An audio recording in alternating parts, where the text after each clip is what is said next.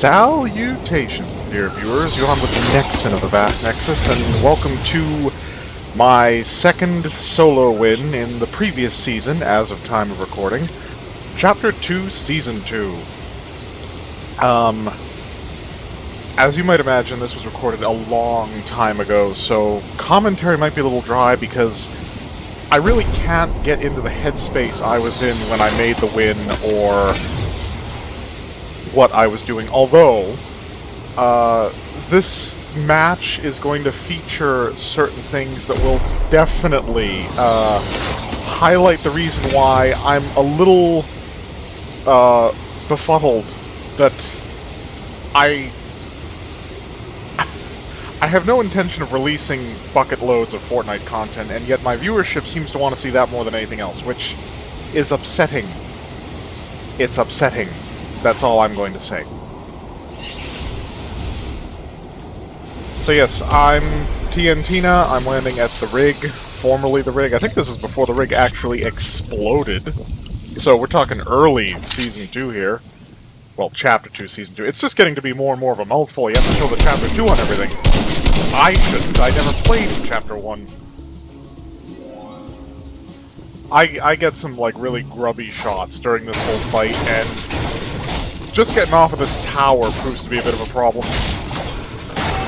I'd seen somebody in a previous match pull a whole floor safety landing trick, and I decided to try it myself.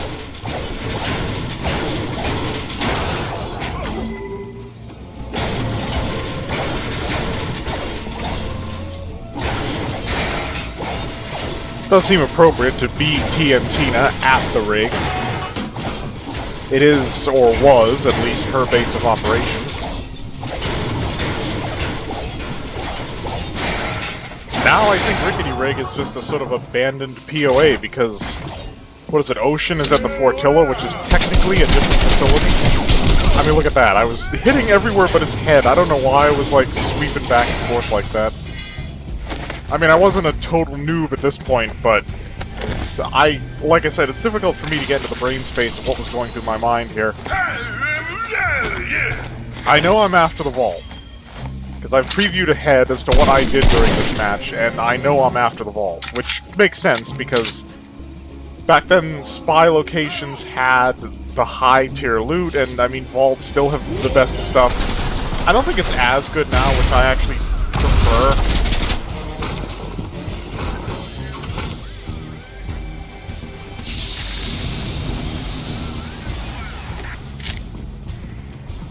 There's the real TNTina.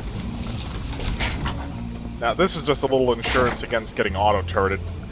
Now, the bots at this point were not full-on aim bots like they are now, so they weren't exactly threatening.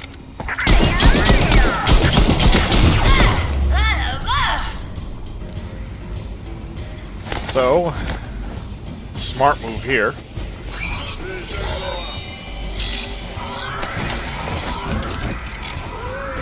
I think I went in there because I didn't know if there were other players, and I wanted to get into a location that they would have difficulty reaching me.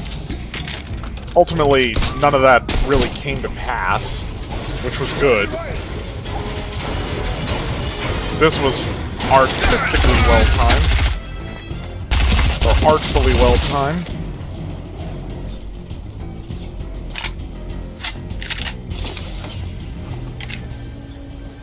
So, yeah.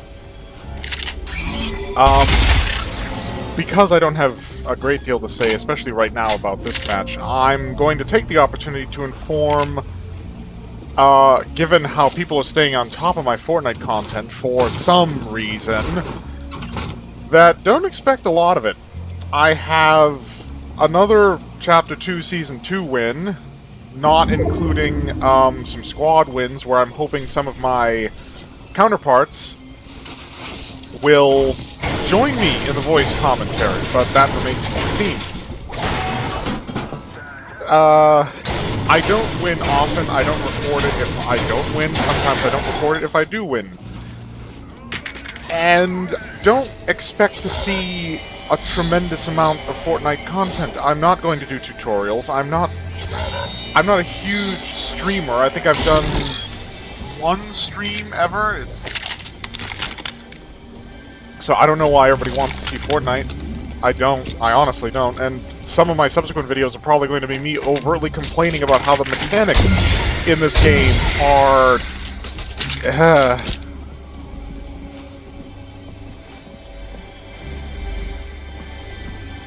I mean, in this match, I actually got close to winning with 0 kills. And you might be thinking, well, that's gotta be a joke. Well, it's not. Apart from a chance encounter in Slurpy Swamp, the final player I didn't kill. They died, yes. I didn't kill them. The game credited me with the kill, I assume for lack of any better explanation. But, yeah. It's funny. Well, that was a delayed explosion. Yeah, that rocket launcher is going to come in handy. That rocket launcher is going to come very in handy.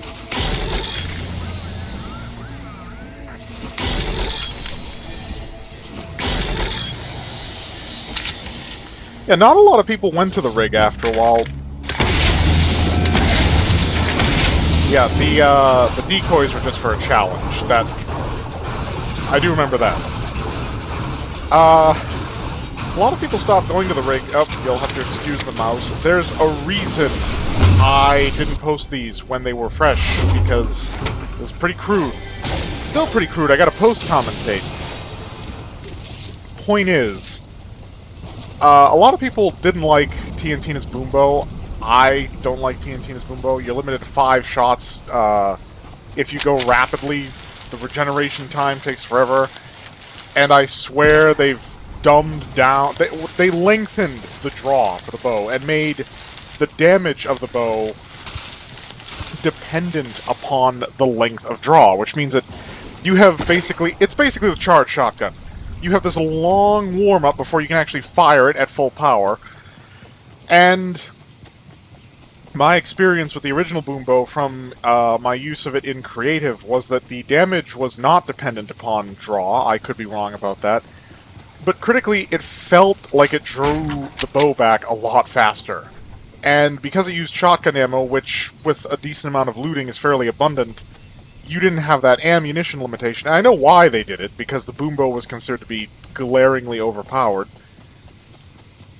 But people just didn't like TNTina's bow because it had too many limitations. I mean, why would you go for the bow when you can get the minigun or the drum gun or the SCAR or the heavy AR? There are just so many better options. The Boombo for me did prove somewhat useful in this match, however. So here's my chance encounter. I would have just walked past this guy if they hadn't gotten kill hungry. They're back to the storm. I have to assume, based on the behavior of this character, that they're a bot.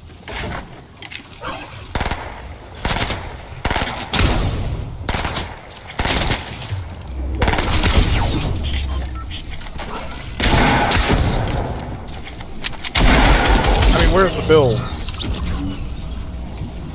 And why would they press when I had run past them, completely unawares of their presence, with the storm creeping up their backside? It's just bot behavior.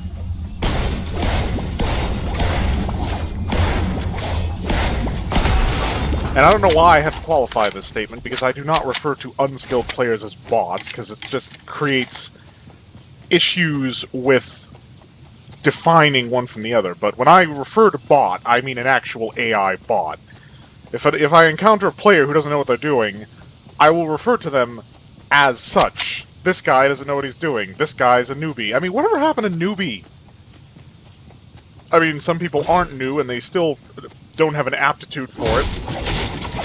But newbie expanded beyond its original definition of just a new player to anybody who couldn't...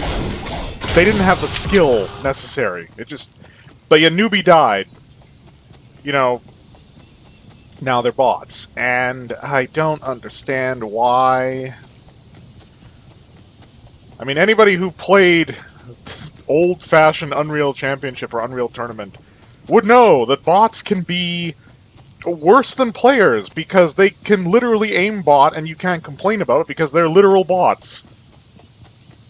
I mean, I honed my skills fighting hundreds, if not thousands of multiplayer matches against largely AI-powered opponents and emerged victorious. And today that would sound like it would be easier than going up against other players. It really, really wasn't.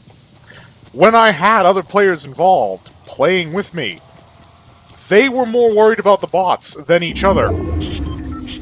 Because the bots had buffed health, they could hit every shot. I mean, there was bots that my younger viewers are familiar with now have been purposefully reduced in difficulty to make them easier to handle. There was a time when that simply was not the case.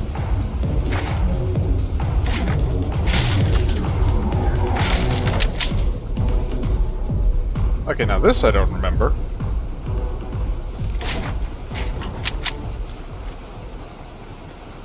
You know, I get a little frustrated when I try starting like a ramp build or putting a floor or whatever, and I find it has placed it underneath the world.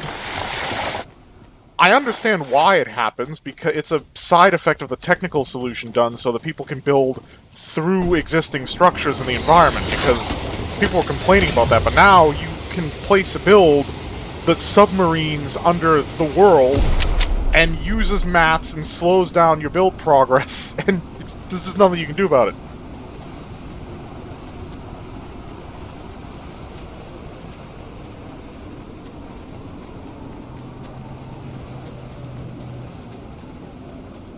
Now, this is as good a time as any to elaborate that fundamentally a Battle Royale is not a game about kills. I mean, if you want to floss, you want to flex, you want to strut your stuff, getting a lot of kills is a way to do that. But the core of Battle Royale gameplay is survival. The goal is, quite simply, don't die. Now, eliminating your opponent is obviously a factor in that. If you don't eliminate your opponent, presumably they will eliminate you. However, the tactics that help to offer you the best chance of survival are not the aggressive tactics. It's largely the passive tactics, the camper tactics. I am going quite a ways out of my way to place myself, to some extent, as close to the storm as possible as I rotate in, because that is where I'm the least likely to run into other players. And as a because the thing is, I view it purely as a mathematical situation. Every encounter has a chance of failure. The more resources you have relative to your opponent, the greater a chance that you will survive the encounter, but every encounter will also drain those resources.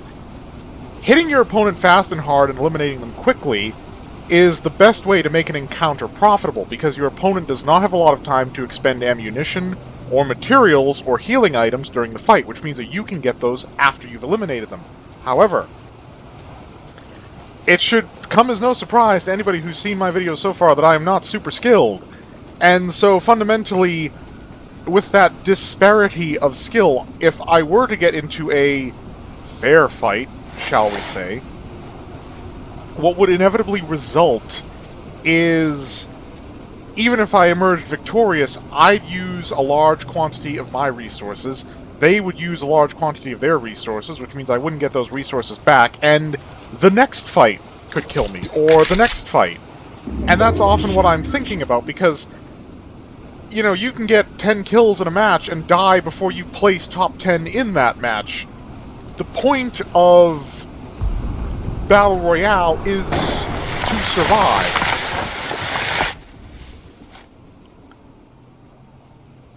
Huh. I forgot there was even a guy there.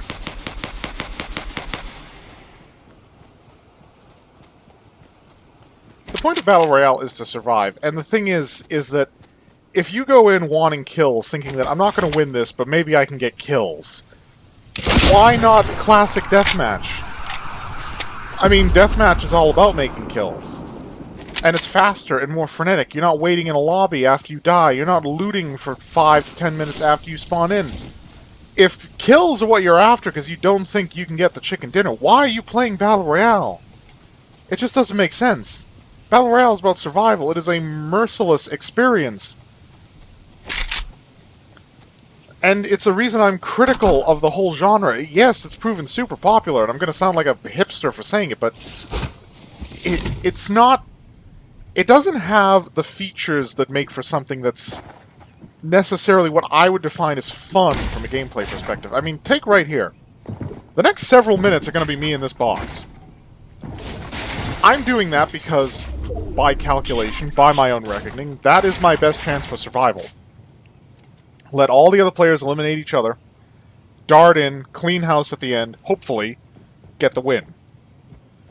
But if you think for a moment that I enjoy what I'm doing here, I don't. And it's not the fact that it's a cheap tactic. I don't feel dirty for hiding in a box. It's the fact that I could be running around shooting now. I could be building, I could be involved, I could be participating. Instead, I'm in a box, waiting. And that's what you do a lot of in Battle Royale. Wait. You wait for a match to be found. You wait for the match to start. You wait until you have the loot to get into a fight. And then you wait for the next circle, and the next circle, and the next circle. I mean, if I intend to exercise that level of patience in a game, I'd play a strategy game. Because at least then I'd be waiting, but something would be getting done at the same time. Or I'd do resource management and crafting. I'd play Ark. I don't think I actually had Ark when I was playing this, but that's beside the point. The point is that this is not fun. Oh, sure, I could run out, get involved, die, lose. Then it's more waiting. Waiting to go back to the lobby. Or for the next match to start. Waiting again. Battle Royales keep you waiting. And that's not even including the fact that so many Battle Royale providers keep players waiting for patches, for bug fixes. They keep players waiting for the implementation of new things. I mean, I'm going to start calling Battle Royales the waiting games. Because I've, just as this recording had the epiphany that that's fundamentally what really bothers me about this, is the waiting. The waiting... And, of course, there's also the fact that let's have some empathy here. Let's imagine we are one of these other players. They're trying. Some of them are trying hard. Some of them are trying harder than others. They're all about to lose to a guy who spent 5 minutes, if not 10, in a box. How do you think they feel about that?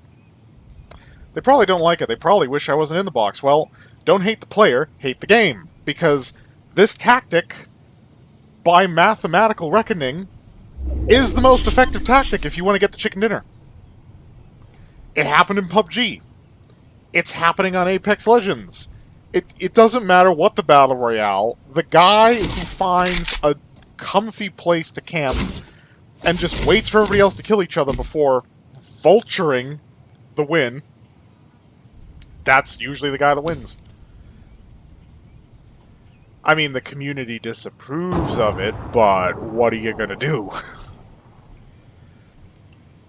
Get rid of all the bushes, get rid of all the boxes, get rid of all the buildings, get rid of every mound and depression, so the map is just one flat plane of space, and it just turns into a huge arena with nothing on it. I mean, now you're getting into territory that just ruins the game.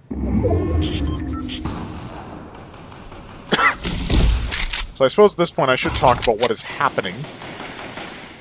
So we've got 2 players left. This is the point where I start taking an interest. So I creep around here, and I've mentioned this in my Chapter 2, Season 3 second win.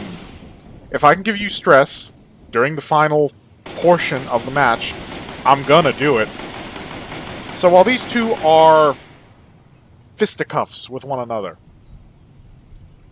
I'm going to complicate their day, just because I want them to run out their mats, I want them to run out their ammo, I want them in as vulnerable a position as I can achieve for when I have to get in there and make the coup de grace.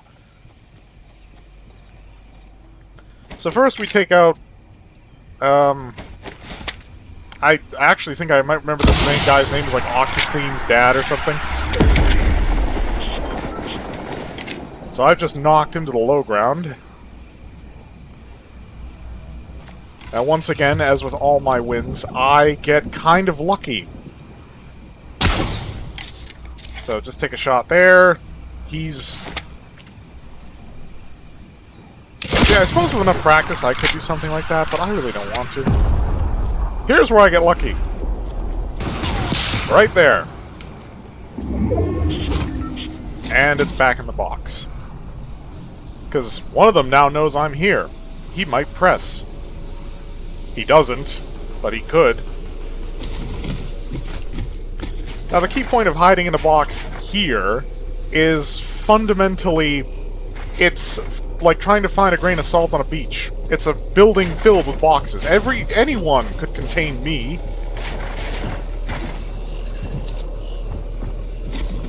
So then...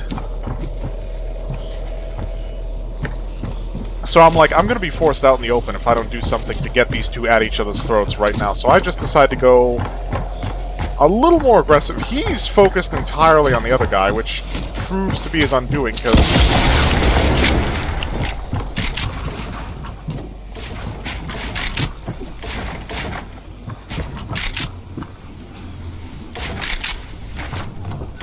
So, this is about as good as my builds get. I'm doing the old build crawl towards the center.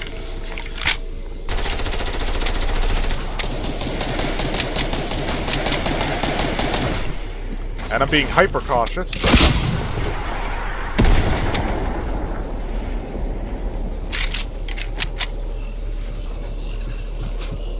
Still 3. So yeah, I put the roof on before I start building, because I know both of them have high ground on me, and I don't even want to give them a chance.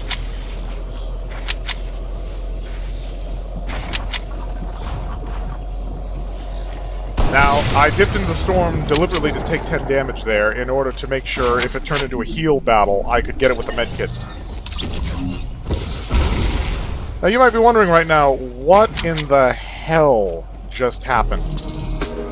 I'd like to know myself. We have footage from their perspective. I still can't explain it. So.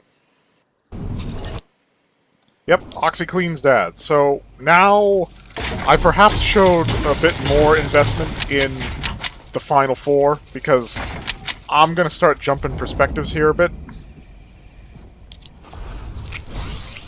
Now you can see that Leber here has 5 kills already. Here's OxyClean's dad, who was 3rd place. His playback's gonna be very chuggy for some reason.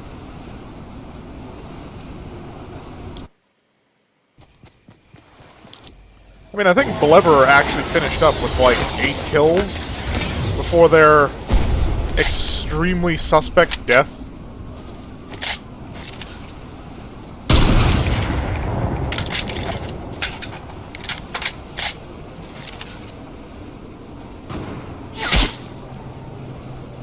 So there's a sniper hit that did not register.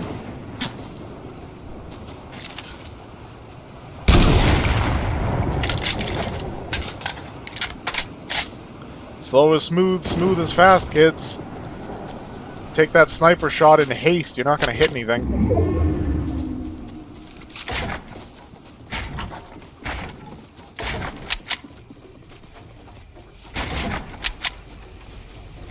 Yeah, I never feel safe in somebody else's builds, because they can always... just edit their way in. I mean, you don't know who built it and when, but still, that's a risk to take.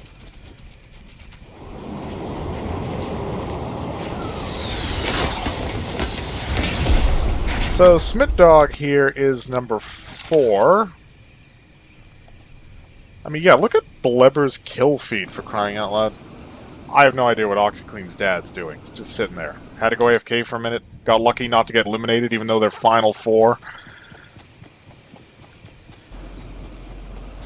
I mean, people try hard, and yet they still get eliminated. This guy's standing around the side of a mountain doing nothing. Nobody just clips him with a sniper rifle. How's that happen?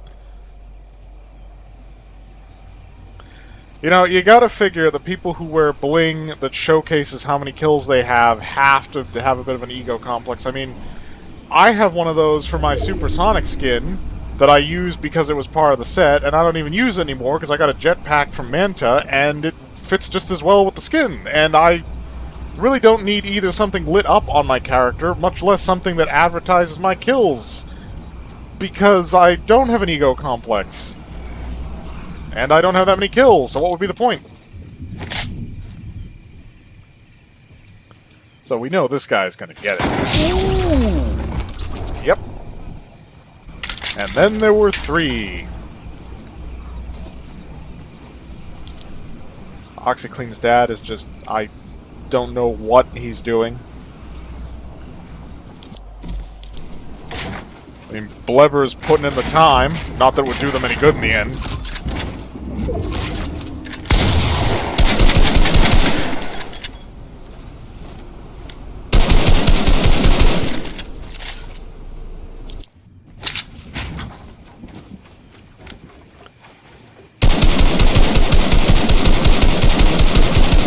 He went to the launch pad.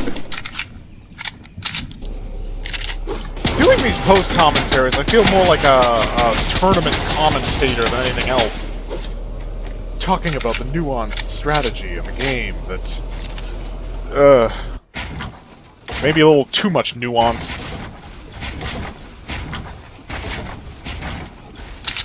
Besides, I have noticed the Fortnite community kind of rallying together against the campers, which... exclusionist, to be absolutely certain. I had a match where I placed 3rd, where I was trying to knock down the other 2 players who were in their respective towers for an elim.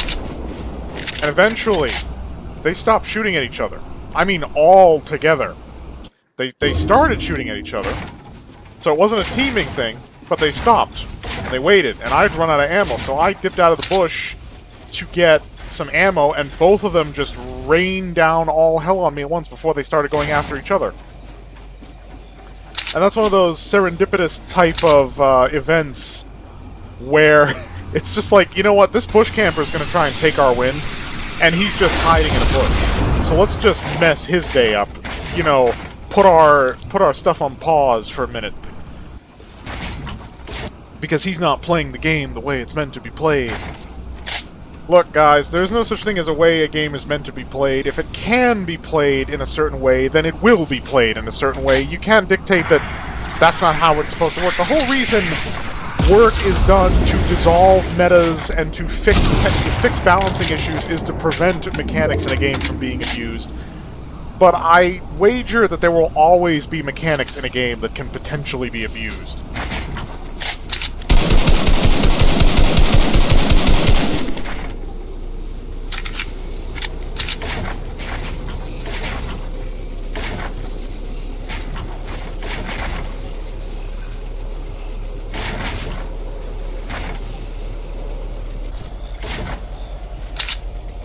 Oh, this is where he was when I launched a rocket up his keister. He could hear me too. I don't know why. He was just...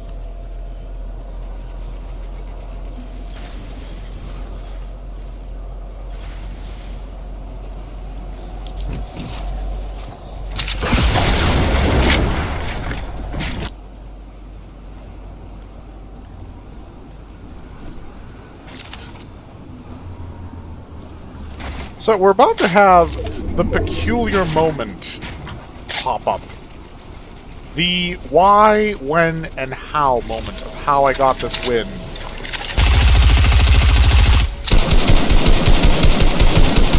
Right after these two exchange some shots for a little while longer.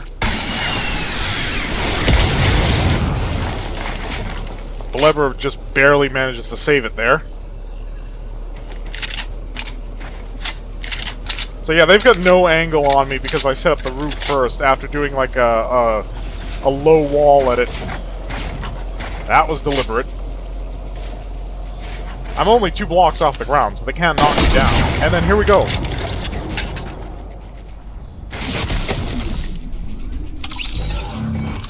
So, they walked off of their build to their death. That is what happened. Why? It does not appear to have been deliberate. Were they out of mats? No, they were setting stuff up as soon as they hit the ground. Well, just prior to hitting the ground. Which means the only thing I can think of maybe is that they lagged out, or maybe something in IRL took their attention away in a critical second. It just... Aside from them throwing the match, which I doubt a person who made 6 kills would be willing to throw the match in the end.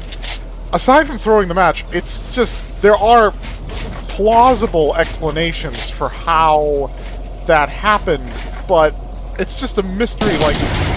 Because here we go, right off the build.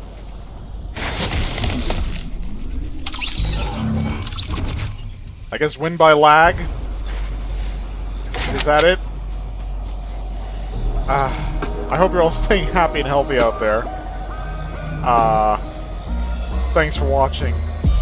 And as always, fare thee well.